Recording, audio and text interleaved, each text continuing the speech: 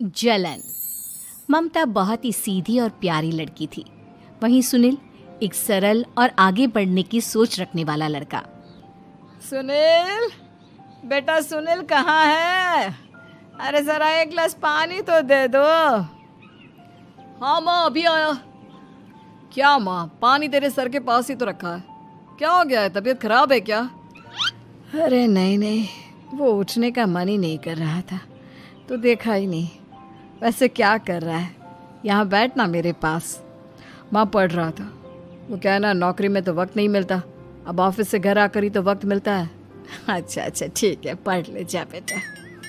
सुनील पढ़ लिख कर और आगे बढ़ना चाहता था, लेकिन माँ की तबीयत खराब देखकर सोचता है कि शादी ही कर ले। कब तक माँ का ख्याल वो अकेले रख पाएगा?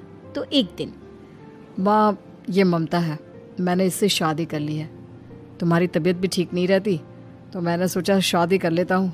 घर संभालने वाली और तुम्हें संभालने वाली कोई आ जाएगी तो अच्छा रहेगा। माँ अचानक से सामने बहू देखकर हैरान रह जाती है। बेटा ये क्या बात होती है? न बैंड, न बाजा, न दहेज, न शगुन, ऐसा कैसे बहू आ गई? माँ तू तो जानती है मैं नौकरी के साथ पढ़ाई कर रहा हूँ, तो कहाँ से इतना पैसा बचा पाता कि धूमधाम से शादी करता। वैसे भी माँ, लोग तो आकर खाकर निकल जाएंगे, इसलिए बस वैसे ही। माँ जी, मैं आपका ख्याल रखूंगी। वैसे भी ये आगे की पढ़ाई कर रहे हैं, अच्छा कुछ कर गए तो सबके दिन फिर से अच्छे आ जाएंगे। सास को ममता की बात ठीक तो लगती है, लेकिन मन में कहीं ना कहीं लगता है कि कहीं बहू बेटे को लेकर फुर्र ना हो जाए और फिर तो वो रह जाएगी अकेली। बेटा देख, मेरा जो कुछ भी है वो सुनील ही है, और सुनील का भी अब इस दुनिया में मैं ही हूँ और कोई नहीं। क्या सुनील? बिल्कुल माँ, लेकिन आज से ममता भी मेरे जीवन का अहम हिस्सा है, जैसे तू है। सास को बड़ा बुरा लगता है कि उसकी सल्तनत में कोई और हिस्सेदार कैसे हो सकता है।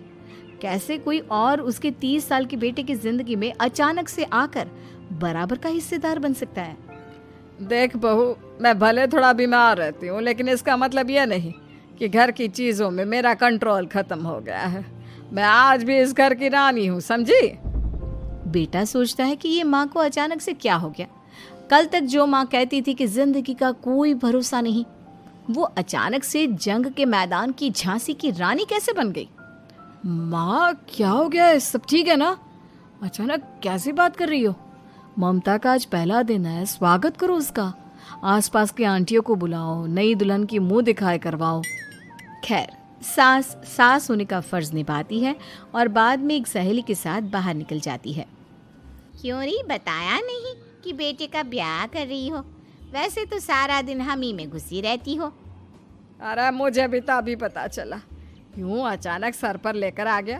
कहता है बहू है माँ तुम्हारी, अब इसको भी इतना ही मैं प्यार करता हूँ जितना तुझे करता हूँ। लो जी, ये क्या बात होगी? क्यों इतना प्यार करता है? अरे माँ का प्यार तो ज्यादा होता है। अब उसको तो कोई दूसरा पति मिल सकता है, लेकिन तुम ही बताओ, क्या माँ की ममता किसी और की हो सकती है? ना जी ना, बेटे को समझाओ ये बात। अरे क्या समझाऊं, मुझे तो खुद ही समझ में नहीं आ रहा कि क्या हो रहा है। जो बेटा कल तक माँ माँ करता था, अचानक से बीवी बीवी का राग आलाप रहा है। देखा, उसकी बीवी ना सुंदर और जवान है। सुंदरता के आगे तो एक से एक नहीं टिके, तो तेरा बेटा किस खेत की मूली है? सास को भी समझ में आ जाता है कि बहू की सुंदरता के आगे माँ का प्यार किसी काम का नहीं।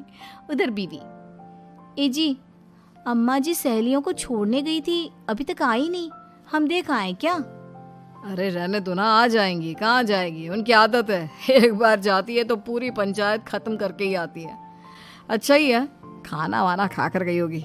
छोड़ो ना, घूमेगी तो खाना पचेगा, नहीं तो ऐसे ही खाट पकड़ लेगी। बहू भी शांत हो जाती है।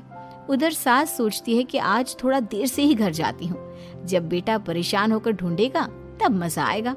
बीवी को खुद ही पता चल जाएगा कि माँ के आगे उसकी दाल नहीं गलेगी। लेकिन वहीं दूसरी ओर घर पर, ए जी, माँ जी अभी भी नहीं आई, हमको तो घबराहट हो रही है कि क्या करें, जाकर पता करें किसी के घर। अच्छा, कहाँ जाओगी ये भी बता दो। पहला दिन है तुम्हारा इस घर में और एक ही दिन में मोहल्ला छानोगी क्या? हाँ, तो आप भी तो नहीं जा रहे हैं ना, हमको फिक्र हो रही है। अरे यार, ये रोज का है अम्मा का, खाओ और सो जाओ। बस फिर क्या था। बेटा बहू खाना खाते हैं और कमरे में सोने चले जाते हैं।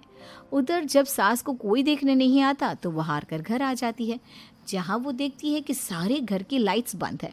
सास को गुस्सा आता है, बहू, ममता बहू कहाँ हो? लेकिन सारे दिन की थकी बहू को ऐसी नींद आती है जैसे किसी ने भांग की गोली खिला दी हो।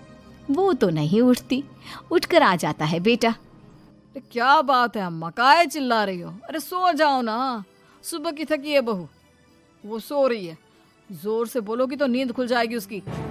माँ को गुस्सा आ जाता है। फिलहाल तो सो जाती है, लेकिन मन ही मन ढेर सारा जहर बहू के लिए भरा होता है। सुबह बहू चाय बना रही होती है कि सास धीरे से गैस तेज कर देती है, जिससे चाय का बर्तन जल जाता है। और जैसे ही बहू चाय का बर्तन उठाती है, उसका हाथ जल जाता है। मेरा हाथ जल गया। वो जोर जोर से चिल्लाकर इधर उधर भागती है कि सास थोड़ी देर में उसके हाथ में पानी डाल देती है। हाय रे बहू, क्या कर रही हो? पहली बार रसोई छुई हो क्या? सासू माँ गलती से गैस तेज रह गई थी और बर्तन जल गया, जिससे मेरा हाथ जल गया। हाय रे, कितना गंदा दाग। छी छी छी छी, मुझे तो उल्टी आ रही है तेरा गला हुआ मांस देखकर। तू ना मुझे अभी साथ से खाना मत लगाना। बहू भी खुद का हाथ देखती है तो उसे भी रोना आ जाता है। कुछ दिनों के बाद सास की सहेली आती है, बहू चाय बनाकर लाती है। उसके जाने के बाद सहेली कहती है, बहू की सुंदरता ऐसी है कि कोई भी दीवाना हो जाए। वैसे तेरे बेटे का क्या हाल है? अरे वैसा ही है, बहू के पीछे लट्टू। क्या करूं, कुछ समझ में नहीं आ रहा। मैंने तो बहू के चेहरे पर दिवाली के पटाखे की चक्री फेंक दी, उसका पूरा चेहरा जल गया। अब देखो ना रही सुंदरता, और ना ही अब मेरा बेटा उसे पूछता है। अरे अब तो वो उसे छोड़कर दूसरी भी देखने को बोल गया है मुझे। बहू सारी बात सुन रही होती है। आंटी एक बात बताइए, क्या भरोसा है कि दूसरी सही आए और आपके अनुसार रहे? देखिए आंटी, मेरी सासू माँ को गलत बात सिखाने की जरूरत नहीं है। हमारा परिवार साथ में खुशी से रह रहा है। देख बहू, मेरी सहेली की बेइज्जती ना कर, वही अच्छा रहेगा तेरे लिए, समझी? बहू नहीं मानती है। वो बार बार उनकी सहेली को घर से निकल जाने को कहती है। तभी सास की सहेली पास के चूल्हे से लकड़ी लाकर बहू के चेहरे पर लगा देती है। बहू जोर जोर से रोने लगती है। अरे ये क्या कर दिया? मैंने कहाँ किया, ये तो तूने किया। तू ही नहीं चाहती थी कि बहू बेटे के साथ रहे, भला मैं क्यों करूंगी? मैं तो चली, निपटो अब। बहू रो रही होती है, दर्द से चिल्ला रही होती है, लेकिन सास उसे डॉक्टर के पास नहीं ले जाती। तभी पति आता है। क्या हो गया ममता? ये दाग कैसे लगा? तुम कैसे जली? ममता कुछ नहीं कहती, बस दर्द से करा रही होती है। पति माँ की तरफ देखता है। हो ना हो माँ, ये पक्का आपका काम है। आप ही ममता से जला करती थी ना। देखना माँ, अब पुलिस आएगी, केस बनेगा, लेकिन पहले मैं ममता को अस्पताल लेकर जा रहा हूँ। सभी अस्पताल जाते हैं, जहाँ डॉक्टर ममता की सास से कहते हैं, आपने तो नहीं जलाया ना बहू को? अब ममता की सास के तो पसीने छूट रहे होते हैं। वो घबरा कर कहती है, ना ना डॉक्टर साहब, कैसी बात करते हैं? हम क्यों जलाएंगे अपनी बहू को? डॉक्टर ममता के पति से पूछते हैं। देखिए, क्योंकि ये ससुराल में जली है तो मामला पुलिस का बनता है, तो आप पहले पुलिस को बुलाइए, तभी इलाज पूरा होगा। सास डर जाती है कि अब तो बच्ची जिंदगी जेल में ही रहना होगा। रहने दीजिए ना, पुलिस को क्यों बुलाना? सारी हंसी खत्म हो जाएगी जब पुलिस के डंडे पड़ेंगे। बहू को जलाना भले ही बहुत आसान हो, लेकिन उसके बाद सारी जिंदगी जेल की हवा खाना।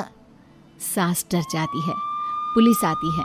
पास लेटी दर्द से करा रही ममता स्टेटमेंट देती है। तो क्या हुआ था? कैसे जली आप? ममता पास खड़ी सास को देखती है। बेटी बताओ, कैसे जल गई तुम? ओए, काका का किरण वाली शाहरुख, चुप, बिल्कुल चुप। सास चुप। सभी इंतजार करते हैं कि ममता क्या बोलेगी। जी मैं खाना बना रही थी, लकड़ी उड़कर मेरे ऊपर गिर गई और मैं जल गई। सास बहू की बात सुनकर रोने लगती है। देखा माँ, कितनी समझदार है ममता। ये चाहती तो, हाँ बेटा, ये चाहती तो मैं आज जेल में होती। मुझे माफ कर दे, मैं आगे